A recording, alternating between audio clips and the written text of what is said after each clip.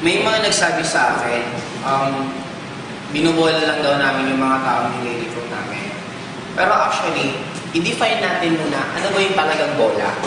Kasi may sabi ng brainwash kami ng tao. May mga iba kaming kinakausap na after namin kausapin, biglang nagbabago na yung pananaw, parang nag-iiba na brainwash namin. Pero actually, ang brainwash talaga nung bata tayo. Kasi the moment bata ka, kahit anong sabihin sa'yo, accept ka lang ng accept. Hindi ka pa marunong mag-repel. Pag sinabi kang gwapo ka, gwapo ka, gwapo ka, ang thinking mo talaga gwapo ka. Pangit ka, pangit ka, pangit ka. Thinking mo talaga pangit ka kahit anong itsura mo. Ngayon, nung bata tayo, ano ba sinabi? Mag-aral, mag-aral, mag-aral. Pag nakapag-aral ka ng gaganda buhay mo, yun po para sa akin ang totoong brainwash, totoong bola. Bakit? Ang daming ginawa yun. Nag-aral, nag-aral, nag-aral. Nung graduate, gumanda ba buhay? Hindi.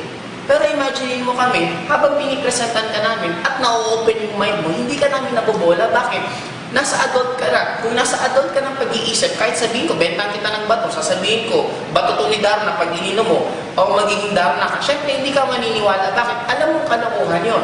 Kaya ka naniniwala sa akin, hindi dahil sa nabobola kita.